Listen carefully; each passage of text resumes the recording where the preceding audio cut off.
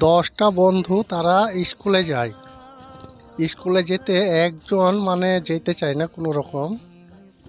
এবার 9জন বন্ধু স্কুলে গিয়ে তাদের ভালো পড়াশোনা হয়েছে। এই লাস্ট বেলায় পরীক্ষার সময়তে এবার ওই একজন বন্ধুকে ওরা সবাই মিলে ধরে নিয়ে গেল, যে বলছে যে আমাদের 9জনার তো খুব ভালো রেজাল্ট, আমাদের ভালোই হয়, তা আমাদের কাছ থেকে 10-10 করে আমরা 9-10-এ 90টা নাম্বার ওকে বেশি আমি ধার দেবো, ওকে পাস করে দাও। মাস্টার কি কখনো তাকে পাস করে দেবে? কখনো পাস করে দেবে না। কেন? নিজের লেখাপড়া নিজেকে করতে হবে। তা সেরকম কিছু মানুষ মনে করে আমরা দান সাদকা হেড্ডা বেড্ডা অনেক কিছু করব, যে আমরা সরাসরি জান্নাতে চলে যাব। কিন্তু আসল পরীক্ষা তো হলো নামাজ। সে যদি নিজে নামাজ না পড়ে, তাহলে সে কি জান্নাতে যাবে?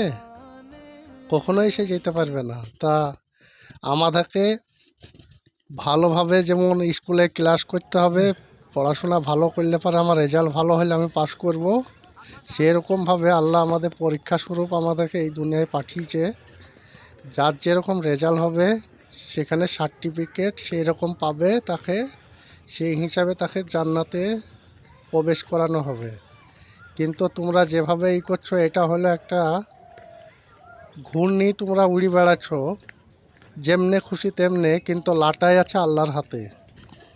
যখন টান দেবে তখন তার কাছে চলে যেতে হবে। কিন্তু তোমরা মনে করো না যে আমরা আজীবন কাল এখানে বেঁচে থাকব, এটা কখনো হবে না। কিন্তু আপনারা একটু চিন্তা ভাবনা করে একটু দেশে চলাফেরা করবেন। আর শখ চাইতে ভালো হলো উত্তম চরিত্র, যার উত্তম চরিত্র ব্যক্তির মিজানের পাল্লা তার ভারী করবে বেশি।